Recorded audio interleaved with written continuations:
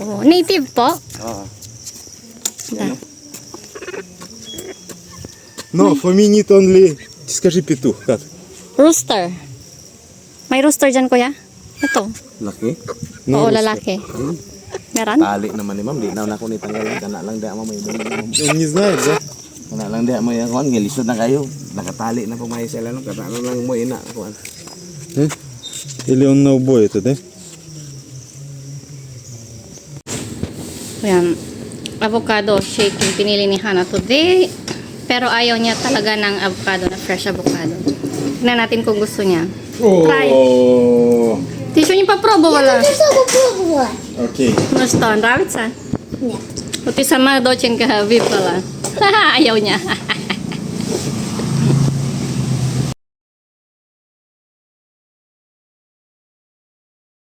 Hello everyone! Today I am already at our new house.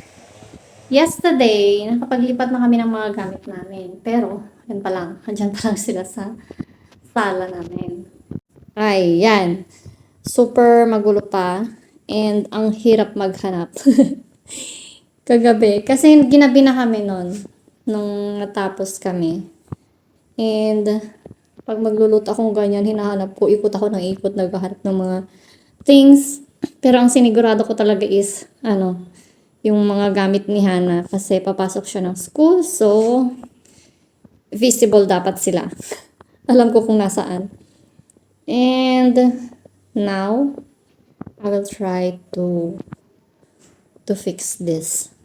And ano pa pala, hindi ko pa tapos na transfer lahat dun sa nirentahan naming bahay kasi meron pa yung mga toys ni Hana. Yun na lang yung mga natira. Mga toys niya and yung mga art materials niya. Mga crafts niya. Kasi ang dami. Yesterday, dalawa kami ni Hana na nagligpit ng kanyang mga art materials. Nasa room kaming ganyan. And then, ako naman tapon dito, tapon doon. Siya naman, nagkakalgal siya sa mga tinatapon ko kapag may nakikita siyang tinatapon ko. Maybe mga 5 minutes. For 5 minutes na nagtapon na hanggang okay pa naman siya. So, nagliligpit siya, kinikip niya yung mga gusto niyang ikip. Tapos, parang inuunahan niya ba ako bago ako magtapon, ganun. And then later on, may isang bundle na ganyan na mga na papel. Tinapon ko. Tapos ayun, nagalit siya nung una. Sumisigaw siya, bakit mo tinapon? Tapos ganyan, tapos umiiyak na siya. Tapos pinaalis niya na ako. Umalis ka na dito sa room ko, wag ka nang papasok dito, ako na lang magliligpit. Kaya sabi niya ganyan. Ako naman, tawa lang ako ng tawa kahit na umiiyak na siya.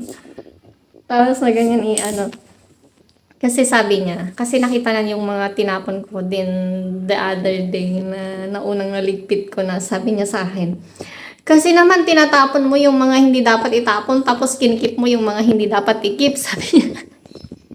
Kaya siya na lang daw magligpit. So, hinayaan ko siya. Pero ngayon, kailangan ko siyang i-fix kasi kailangan ko siyang ilagay sa karton para madala here in our new house. And, dito na rin kami, natulog kagabi for the first time ni Hana. Pero si husband, matagal na siyang natutulog dito. Pero kami ni Hana, kagabi lang. And doon sa tinitirahan namin noon, ang init. Laging basa si Hana. Pinagpapawisan na ganyan. Lagi ko siyang, every now and then, chinecheck ko siya and pinapalitan ko siya ng lamig. Tapos dito naman, lamig. Kabaliktaran doon. Nagising si Hana kanina 2:00 ng umaga, madaling araw. Sabi niya, giniginaw daw siya. Tapos naghahanap siya ng kumot. Sabi ko, ibinigay mo sa akin yung kumot. Sabi ko ganyan, kabibigay niya lang kasi mag-tig-isa kami ng kumot. Binigay niya sa akin. Tapos ngayon hahanapin niya. Akala niya daw damit yung binigay niya sa akin. And then sabi niya, ayoko na matulog. Sabi niya, hindi na daw siya makatulog. Tapos nag-transfer siya ng room. Pumunta siya kay father niya. Kasi supposed to be, mag-isa niya ngayon sa room niya kasi napag-usapan na namin yun noon. Tapos sabi niya, hindi, na lang, Sabado na lang. Sabado na ako yung mag-isa. Tapos the other days, dalawa tayo magkasama, sabi niya. E di, pagbigyan muna natin para hindi siya magkaroon ng ano ba, separation anxiety. Ganon. Kasi sanay talaga siya na kaming dalawa magkasama. Tapos kaninang madaling araw na transfer siya kay father niya. Kasi parang mas ano yata dyan sa aming room. Mas medyo, konti yung hangin na pumapasok. So, mas mainit ng kaunti. Kaunti lang. Pero malamig pa rin. Pero maganda. Para sa akin okay siya kasi hindi na kailangan ng aircon, hindi na kailangan ng electric fan sa gabi. So, yon yung aming first day of experience here. Later, pagdating ni Hannah sa school, try natin tanungin siya kung ano yung masasabi niya sa pagtira namin here. So, ang naging purpose po ng aming mga plastic plates ay ganits. Nilagyan ko siya ng tubig kasi sa place na to, ang bilis magkaroon ng langgam. Tingnan niyo yun, langgam. Ayan.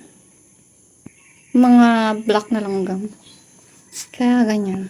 Hindi pa kasi ako kumakain. Pinakain ko na si Hannah and kumain na rin si husband. So, yan. Nilagyan ko ng water here para hindi siya langgamin. At dito ako nagtataka in fairness.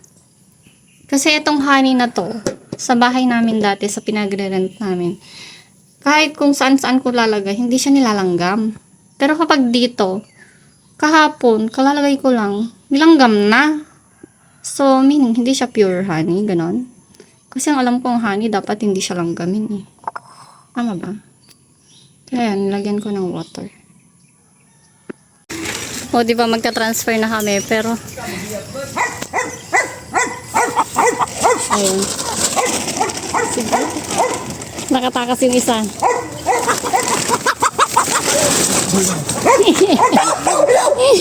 Hindi namin mahuli yung isa. May apat na dito nilagay na. Transfer kasi namin. Papakawalan na namin yung aming mga chickens here. Pero hindi namin nakuha yung isa. Nandun pa siya sa bahay namin. And lumipad siya sa may puno ng mangga kaya iniwan muna namin. Balikan na lang namin later. Sipat. Ayun sila. Sipat. Sana lang hindi sila magpunta dito sa forest. Hindi pa kasi namin nagawan ng bahay nila. Na mesta. Doon sila, sa gilid. Yun.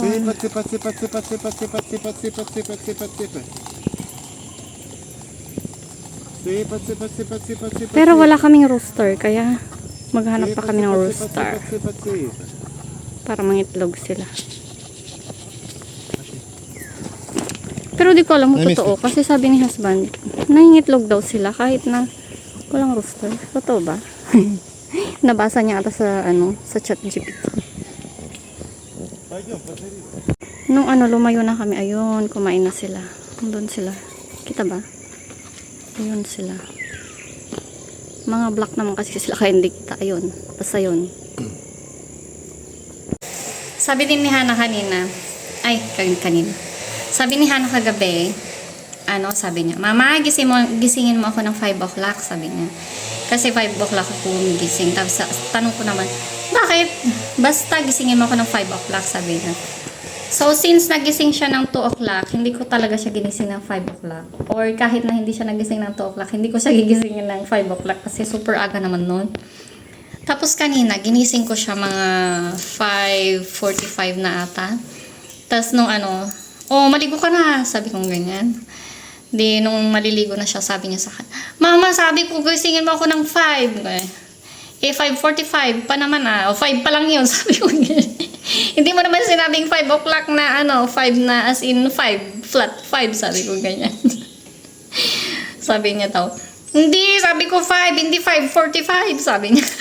Bakit ba kasi? Sabi ko ganyan, may gagawin daw siya. Kasi kung gigising daw siya ng 6, ganyan, or ganong time na, wala na daw siyang time para gawin yung gagawin niya. Kasi talagang hilig niya gumawa ng kung ano-anong mga arts. Tignan nyo to, wait lang, pakita ko sa inyo. Hindi ko pa naayos yung aming, yung kanyang room. Pero ganito yung ginawa niya. Yan. Nilagay niya yung monkey doon. Diyan sa may bintana. And this one here. Yung kanyang mga squishy daw. Monkey. Ano to? Elephant. And bear. Squishy niya. Tapos, nilagay naman niya ito. Mga turtles here. Tapos meron pa dito. Oh, rabbit naman. Rabbit. Dalawang rabbit. Ayan. Sa may bintana. Kaya nag-iisip ako kung anong magandang i-purchase para lagayan ng mga stuffed toys niya here. Nakasya sa room niya kasi maliit lang tong room niya. Oh, meron pa pala here. Oh, ito. Yan. Ito is, gift nila sa kanya noon nung sumali siya sa Miss KCS. Kasi nag first runner-up siya noon. Yan. And I also bought this one sa kanyang room. Lalagay ko sa room niya. So ngayon, unahin ko munang linisin at alisin yung mga toys ni Hana doon sa nire-rent namin. So I will go there. Let's go! And I remember pala kasi madami na rin nagtatanong kung kailan yung aming house blessings. Tapos na po yung aming house blessings bago kami lumipat dito. Gusto ko kasi yung bago kami sana tumira dito is na-blessingan. So, pinablessingan na po namin siya before kami lumipat here. Pero not the typical Filipino style. Kasi we're on tight of budget. Kaya kami na lang. Hindi po kami nag-invite. Sorry po kung na-disappoint ko kayo regarding that matter. Pero ganun po yung ginawa namin. We chose that one for a while kasi nga marami pa kaming dapat na paglaanan ng mga needs namin. Dapat unang bilhin. So, ang importante naman here is mablessingan. So, yun po. And gaya po ng mga sinabi din ng karamihan, inuna ko rin po yung mga grains. Inuna kong pinasok yung mga bigas, salt, ano pa ba yun? Tsaka coins, kasi sabi din nila coins daw. So, naglagay din ako ng coins. Pero konti lang, kasi konti yung coins ng time na yun na meron kami. So, yun po. Yung aming unang pinasok. And then, it follows na yun. And, syempre, naglagay din ako ng Bible. Nag-open. Nung bago pa lang, nung hindi pa nabablessingan dito, nung as in hatayo na siya, naglagay na ako ng Bible and inopen ko siya sa John 17 and I put on Hannah's room kasi isa lang yung Bible namin, Russian Bible lang. Kasi yung Ilocano Bible ko is naiwan sa Russia. Iniwan ko talaga siya doon kasi doon, walang Ilocano Bible na binibenta. So, iniwan ko na siya doon. At least, kung nandito ako sa Pilipinas, anytime, pwede ako makabili ng any language na Bible. So, yung Russian Bible, yung dinala lang namin, yung Bible ni husband. So, yun po. And now, I'm here already sa nirentahan namin bahay. Tignan nyo naman yan. Ang dami. Parang tinitignan ko pa lang, ayaw ko na siyang galawin. Para siyang mga basura. Ang dami niyang ganyan. Kasi ito yung sinasabi ko, yung sinabi ko dati na may napanood siya na dragon na gusto niya yung tumitigas talaga siya. Ito. Ayan, nagaya na niya. Para tumigas siya ng kaunti, nilagyan niya ng Cutex. Tumigas nga naman. Tapos dati sabi niya, bakit hindi siya masyadong tumitigas, sabi niya. Tapos napansin ko, hindi niya nilagyan doon sa may ilalim, kaya ako na naglagay nun. Tapos medyo tumigas na siya. So, okay na yan. Yan. Diba? Para sa akin, yung ganda. So, ayan. Magde-declutter tayo. Sana naman hindi niya mapansin kung ano man yung mga itatapon ko. Habang nagliligpit ako, nakita ko to. Ano naman kaya to?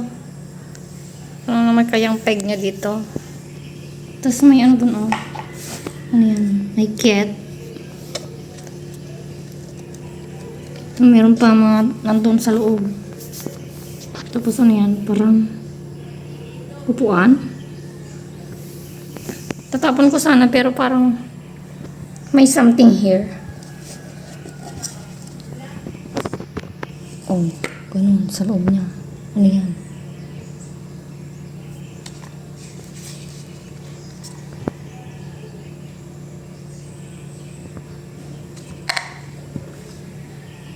Oh, may nakita na naman akong bago. Ano siya? From paper cup. Oh, di ba? Ang creative niya. Tapos ito, ano to? Diploma. Oh, yan. May nahanap na naman akong bet ko. Ang ganda ng design niya. Ano na to? Oh, ice cream.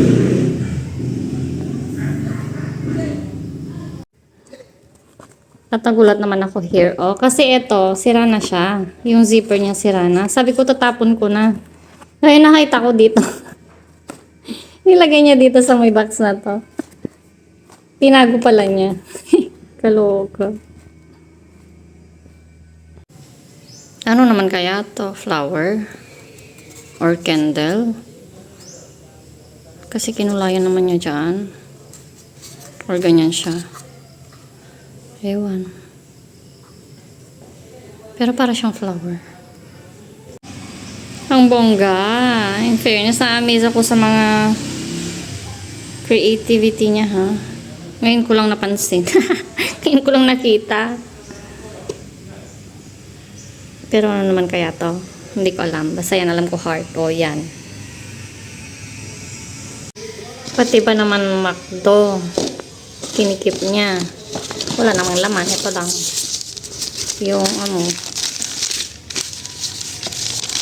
Yan. Yung laro.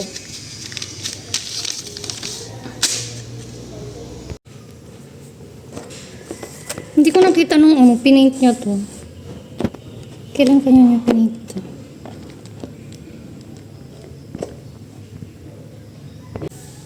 Alam niyo ba kung anong seed to? Kasi seed siya. Sabi niya dati, kinuha niya daw ito sa Russian village. Ano kaya to? Ay, wag, iyon shell yun. Oh, ang dami. Yan, oh.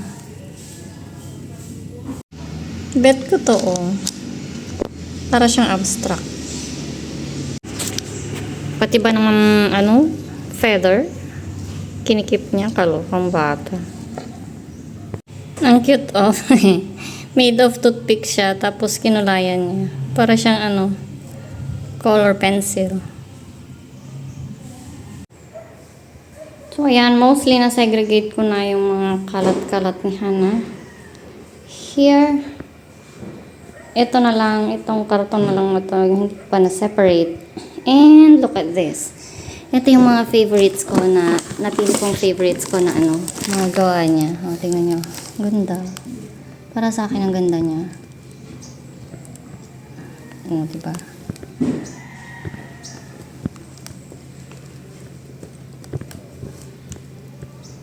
Yan. So far, yan muna. And now, I will go back in our house kasi kailangan ko nang magluto para sa aming lunch kasi malapit na naman yung uwian nila Hana and I will fetch her to school. So, iwan ko muna ito here and I will go back later. Habang papunta ako sa nasunduin si Hana, nakita ko si Aliona. Tapos sabi nila, open ko daw yung door kasi tignan nila yung bahay. Tapos pagdating ko dun sa may malapit na ako sa door, may nakita akong ahos. Ganyan siya. Hindi naman siya malaki. Mga maliit pa lang siya. Hindi pa siya masyadong mataba. Pero syempre mahaba. Tapos nagulat ako. Natakot ako, bumalik ako. Tumakbo ako, tapos sinabi ko sa kanila may nakita akong ahas. Tapos ngayon, kailangan ko pang pumalik doon kasi kunin ko pa yung mga toys ni Hana.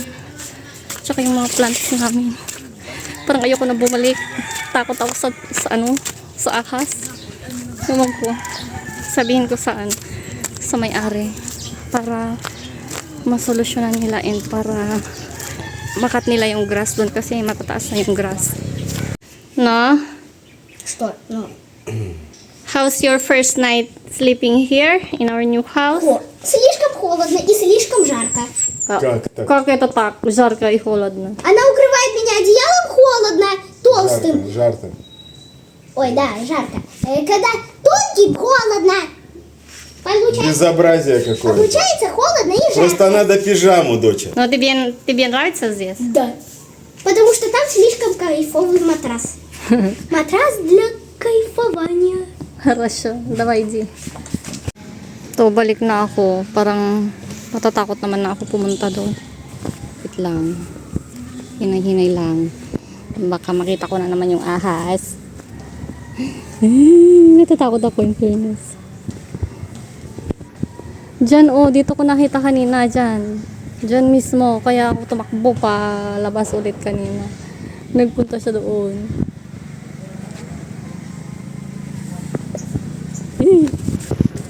Ano ba yan? Tumataas mga balahibo ko. So yan, dito na naman ako sa mga makakalat ng mga arts ni Hannah. I will continue. Sana matapos ko na agad-agad ito. Yan, natanggal ko na lahat ng mga kalat. Oh. Okay na siya. And Aliona will live here. Kararating lang nila kanina. So they will stay here today. So that would be all for today. See you in the next vlog. Bye-bye!